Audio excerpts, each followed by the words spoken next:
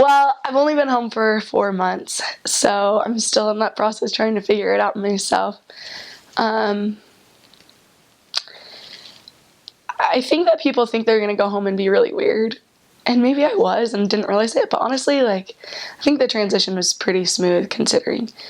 Um, because I had the realization the day after I got home, I went to go get my hair cut, and I was talking to the hairdresser, and she was just venting to me about all of her issues and whatever, and I was still just like so gung-ho, and I was like, well, like, Lauren, can I read something to you? And like pulled out the Book of Mormon on my phone and like started reading her this little section.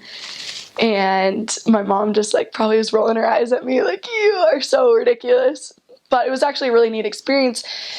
And it was in that moment that I realized, Allie, like, you are not going to be able to progress if you just continue as a missionary, talking to people that you don't really have this incredible relationship with, where you've built this foundation on years and years and years.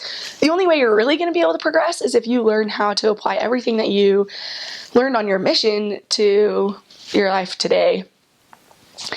And so I had that realization like, oh, I can make such a bigger difference with the people that I actually love and have built such a huge relationship with over years by being their friend and by sharing the gospel with them that way.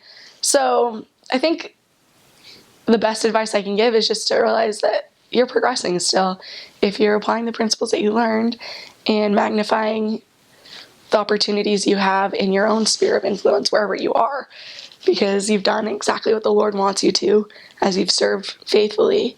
And the only way you're going to be able to continue to serve God is by figuring out how to do it in your everyday life, because you're going to have kids and a husband and a wife to take care of also.